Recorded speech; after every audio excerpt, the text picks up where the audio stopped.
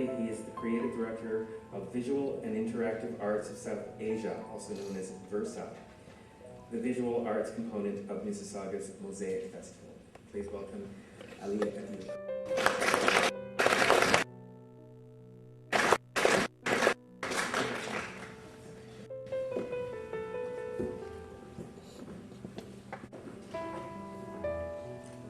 Okay, thank you, Francisco. I appreciate the opportunity to be here and talk to you all about something that I'm passionately in love with. The life of an art dealer is an interesting one. I used to think of it as being Robin Hood, take it from the rich and give to the poor. But that's not the case anymore.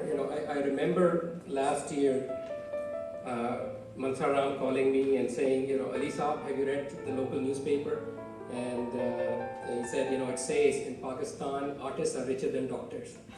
So, that's something to think about. And as I walk you through my presentation in the next few minutes, it will become clear to you what is behind this meteoric rise. So let me put my presentation. Here we go. Okay. It's lots of paintings, and paintings speak for themselves, so I won't talk much. I will give you a brief introduction and then talk about the market and valuation drivers affecting the South Asian market. I will then shed some light on international and local art movements, and then finally provide some concluding remarks. Sorry, I do this all the time. There are several categories in South Asian art that are important, important periods, interesting mediums, genres. However, given the time, I will only be focusing on the small section of the contemporary and experimental art movement of today. The areas are highlighted in red on this slide that I will focus on. Okay, valuation. Dipali and Neera had asked me to talk about, tell us something about the art market and how it's valued. And, when it comes to the value of art, there is only one factor that is important: the artist. There are other factors such as when it was made, what period, what creative period the artist was going through, what movements were being followed. Believe it or not, size does matter. So the larger the painting, the more expensive. Quality, medium, genre, all of these I mentioned are very important. Provenance, who owned it, where it came from, condition, signature, and reference. Reference is if the painting has been catalogued in an exhibition catalog, it sort of makes the painting important because the curator thought that that painting is important to be added or included in the exhibition. So these are some factors. Now, in terms of the market determines, price determines, and it's simply supply and demand, like any other stocks or any other commodity. The artists produce painting on the left, and the collectors buy them. And when there is an imbalance in supply and demand, the price goes up. So lately the buyers have been private collectors, galleries, museums, institutions. I know Hema mentioned is it the Diva Foundation or, right. So also, lately or last few years, some art funds have also been created. So instead of investing in stocks, people have been investing in art. That has been one of the factors driving art. Okay, now in terms of key factors fueling demand, there are some domestic. When I say domestic, it's South Asian context, India and region. There is greater wealth. India has been booming. The local galleries and auction houses have also, and there has been an increased recognition of art as investment. People have sort of, they